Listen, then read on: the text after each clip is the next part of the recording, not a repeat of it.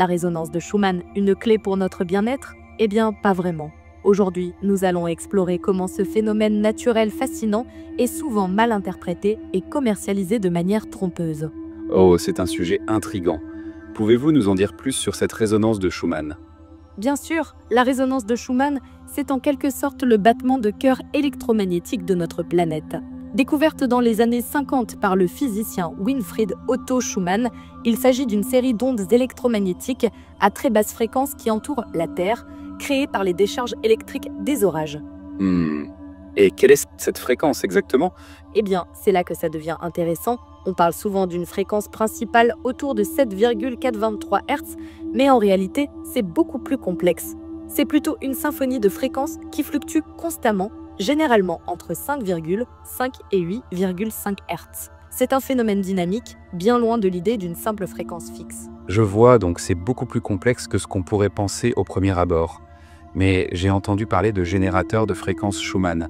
Comment fonctionnent-ils exactement? Ah, les fameux générateurs.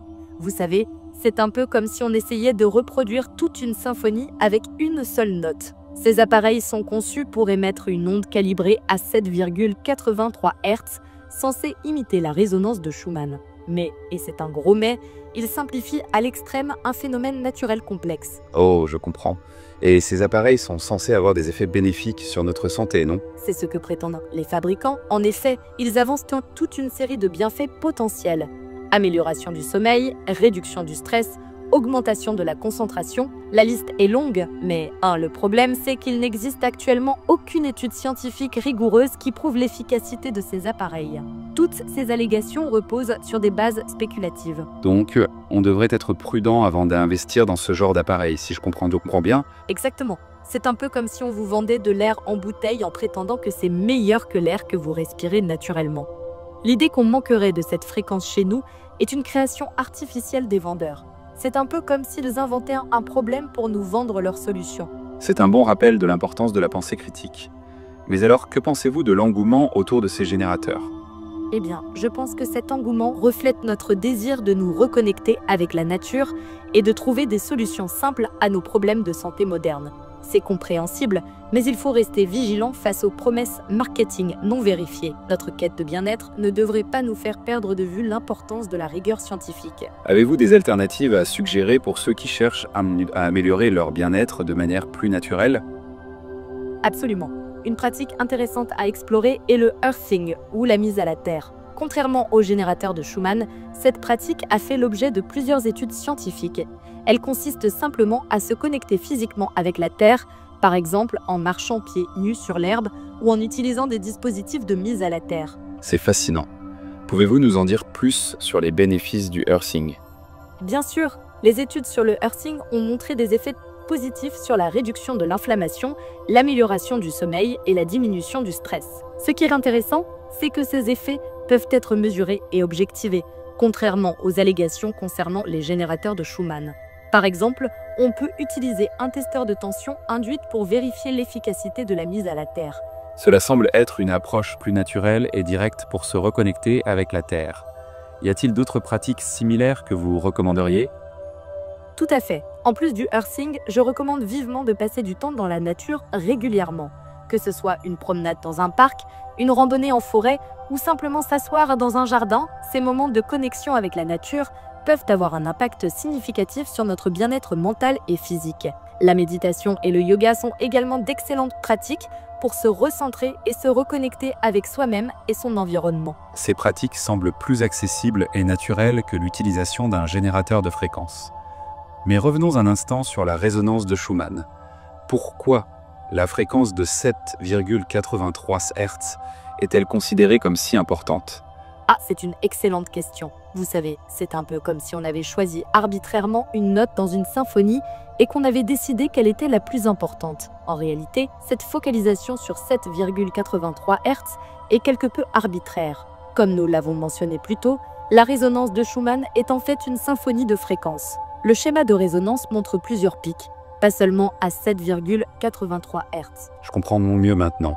Donc les générateurs qui se focalisent uniquement sur 7,83 Hz passent à côté de la complexité du phénomène.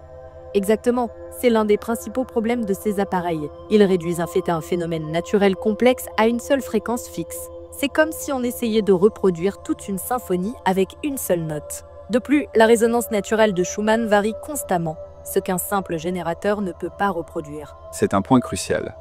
Cela souligne l'importance de comprendre les phénomènes naturels dans leur globalité, plutôt que de chercher des solutions simplistes. Avez-vous d'autres conseils pour nos auditeurs qui cherchent à améliorer leur bien-être de manière naturelle? Absolument, je pense qu'il est important de revenir à l'essentiel. Plutôt que de chercher des solutions technologiques complexes, concentrons-nous sur ce que la nature nous offre déjà. Une alimentation saine, de l'exercice régulier, un bon sommeil et des moments de calme et de connexion avec la nature sont des piliers fondamentaux du bien-être. N'oublions pas non plus l'importance des relations sociales positives et d'un environnement de vie sain. Ce sont des conseils précieux. Il semble que la clé soit de trouver un équilibre entre notre mode de vie moderne et notre connexion avec la nature. Avez-vous des suggestions spécifiques pour intégrer ces pratiques dans notre quotidien? Tout à fait. Commencez par de petits changements. Par exemple, essayez de passer 15 minutes par jour pieds nus sur l'herbe ou le sable. Intégrez des pauses régulières dans votre journée pour pratiquer la respiration profonde ou une courte méditation. Privilégiez les aliments frais et non transformés. Et surtout, essayez de passer du temps à l'extérieur chaque jour, même si ce n'est que pour une courte promenade. Ces suggestions semblent très réalisables, même pour ceux qui ont un emploi du temps chargé.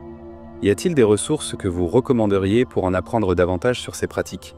Absolument. Il existe de nombreux livres et sites web fiables sur le earthing, la méditation et le bien-être naturel. Je recommande particulièrement de consulter les études scientifiques sur la mise à la terre. Elles offrent une base solide pour comprendre les bénéfices de cette pratique. Pour la méditation, il existe de nombreuses applications gratuites qui peuvent vous guider dans vos débuts. C'est fantastique d'avoir toutes ces ressources à disposition. Quel serait votre message final pour nos auditeurs qui s'intéressent à la résonance de Schumann et à l'amélioration de leur bien-être?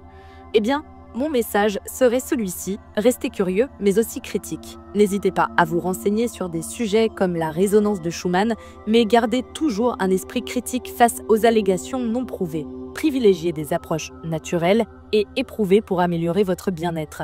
Connectez-vous avec la nature, pratiquez le earthing, la méditation ou le yoga. Et surtout, n'oubliez pas que votre corps a une sagesse innée. Écoutez-le et donnez-lui ce dont il a besoin. Du mouvement, une alimentation saine, un bon sommeil et des moments de calme et de connexion avec la nature. C'est un message puissant et plein de bon sens. Merci beaucoup pour ces précieux conseils et pour cette discussion fascinante sur la résonance de Schumann et le bien-être naturel. Merci à vous et merci à tous nos auditeurs de Gen FM qui nous ont suivis aujourd'hui. N'oubliez pas, la nature est notre meilleur allié pour la santé et le bien-être. Prenez soin de vous et à bientôt pour un nouveau sujet passionnant. C'est une excellente conclusion. Et n'hésitez pas à nous faire part de vos expériences avec le earthing ou d'autres pratiques naturelles. Nous serons ravis d'en discuter lors d'une prochaine émission. Au revoir à tous et à très bientôt sur Gen FM.